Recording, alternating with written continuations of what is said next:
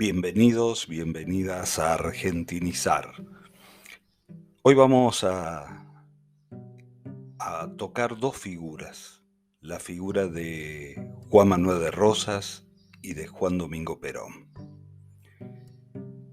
Tan amado como odiado en su tiempo y hasta hoy fue Juan Manuel de Rosas. Una de las figuras que más debates genera en la historia argentina hasta hoy. Debido a eso, es lógico que sus detractores hayan creado todo tipo de mitos para destruir su imagen, su poderosa imagen.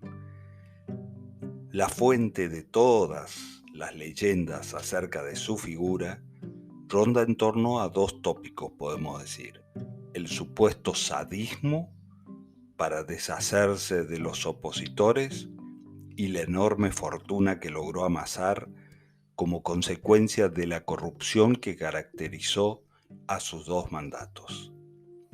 Y lógicamente, un medio de prensa impulsando estos dos mitos sobre Rosas, llamado El Grito Argentino. El Grito Argentino fue un periódico conducido por exiliados unitarios en Uruguay.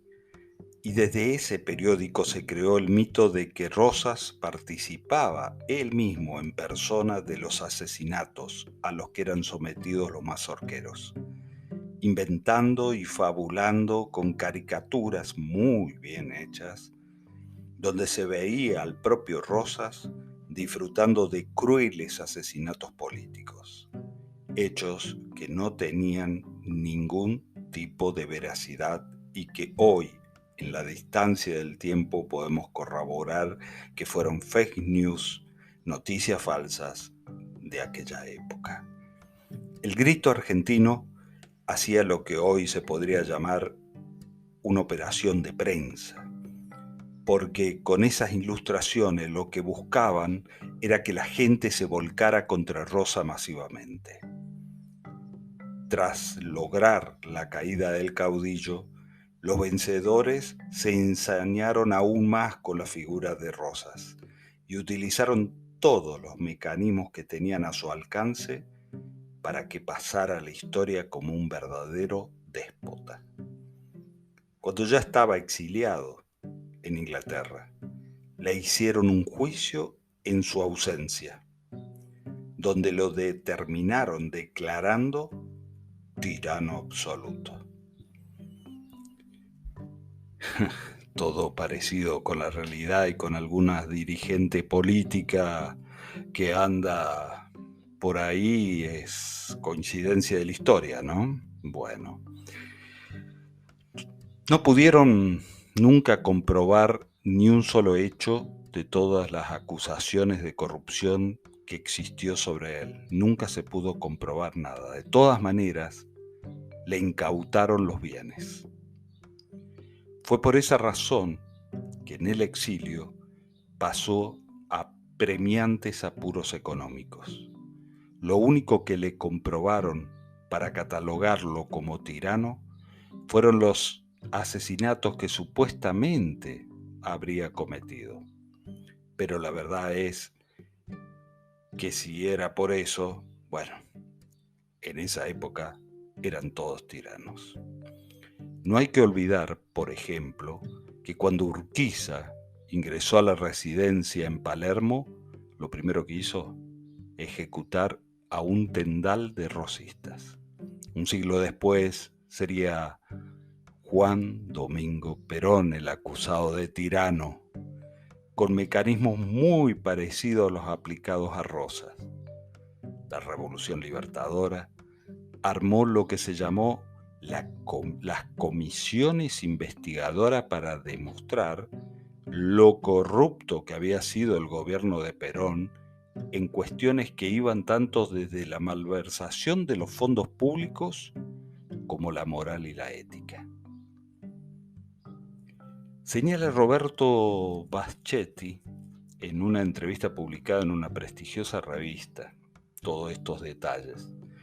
Pero Así como sucedió con Rosa, con Perón, Perón, también exiliado, no contó con ningún tipo de defensa. No es casualidad que todas las supuestas pruebas que recopiló la Libertadora se publicaran en lo que se denominó el Libro Negro de la Segunda Tiranía. En ese libro se afirmaban cuestiones que nunca se pudieron comprobar. Sucede que los testimonios eran a exfuncionarios de Perón, pero que en realidad eran fruto de interrogatorios hechos bajo presión, bajo tortura. La supuesta fortuna del general fue otro de los mitos que se encargó de instalar la Libertadora. Como en el supuesto caso de los Kirchner, para los opositores de Perón, también tenía su propia bóveda subterránea, así como Néstor. Solo que en este caso se la llamaba el búnker de Perón, y según sus enemigos estaba ubicada en el subsuelo del edificio Alas. En los noticierios de sucesos argentinos mostraban las puertas del supuesto búnker donde Perón tendría guardado los mismos lingotes de oro que pateaba en la bóveda del Banco Central, según la prensa de aquella época. Las supuestas cuentas bancarias que tendría Perón depositadas en Suiza también fueron un mito que volvió a tomar vida allá por el año 1987, los que pintan canas se acordarán, cuando profanaron su tumba en el cementerio de la Chacarita y le cortaron las manos. Una de las hipótesis que echaron a correr en ese entonces era que necesitaban las huellas digitales para abrir aquellas cajas de seguridad. Sin embargo, el mito cayó al poco tiempo, ya que se comprobó que en Suiza no existían cuentas con ese sistema digital. Todo fue una farsa, todo fue mentira, todo fue puesta en escena. Todos. No se salvaron ni los radicales, porque tal vez haya muchos radicales escuchándome, pero también fueron víctimas de los mitos de aquellos que quisieron desestabilizarlos. Las personalidades herméticas y el misterio que rodeó a la figura de Irigoyen sirvieron para que sus enemigos inventaran todo tipo de historia. Una de ellas tiene que ver con el famoso diario de Irigoyen, según las cuales sus asistentes le preparaban al líder radical un periódico en el que solo figuraban buenas noticias. Así,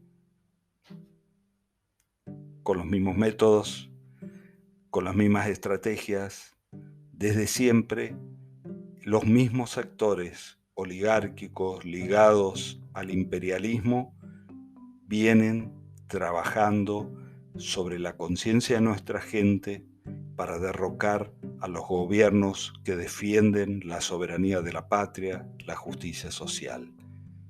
¿No será hora ya de aprender?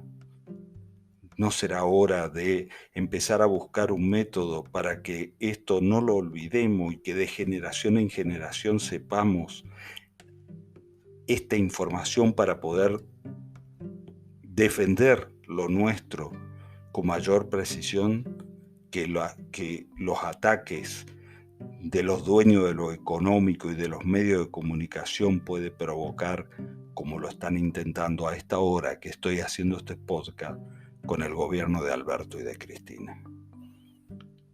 Espero que estos podcasts, que son un simple aporte desde acá del norte de la patria, sirvan para esclarecer a nuestro pueblo.